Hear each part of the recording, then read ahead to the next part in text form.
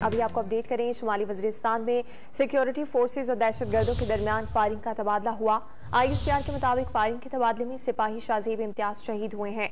मजीद तफसीलात के लिए बात करेंगे डॉन न्यूज के नुमाइंदे नवीद सिद्दीकी से। नवीद, ऑपरेशन की मजीद अपडेट्स क्या हैं?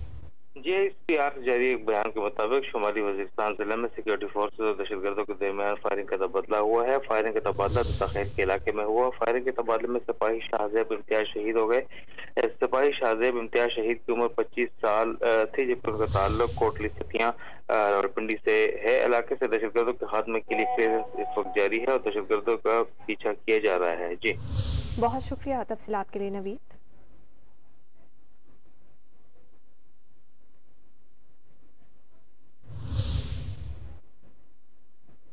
अभी आपको अपडेट करें, शुमाली वजीरिस्तान में सिक्योरिटी फोर्सेज और दहशतगर्दों के दरमियान फायरिंग का तबादला हुआ। ISPR के मुताबिक फायरिंग के तबादले में सिपाही शाहजेब इम्तियाज शहीद हुए हैं। मजीद तफसीलात के लिए बात करेंगे डॉन न्यूज के नुमाइंदे नवीद सिद्दीकी से। नवीद, ऑपरेशन की मजीद अपडेट्स क्या हैं? ISPR जारी एक बयान के मुताबिक शुमाली वजीरिस्तान जिले में सिक्योरिटी फोर्सेज और दहशतगर्दों के दरमियान फायरिंग का तबादला हुआ है। फायरिंग का तबादला तखैर के इलाके में हुआ। फायरिंग के तबादले में सिपाही शाहजेब इम्तियाज शहीद हो गए।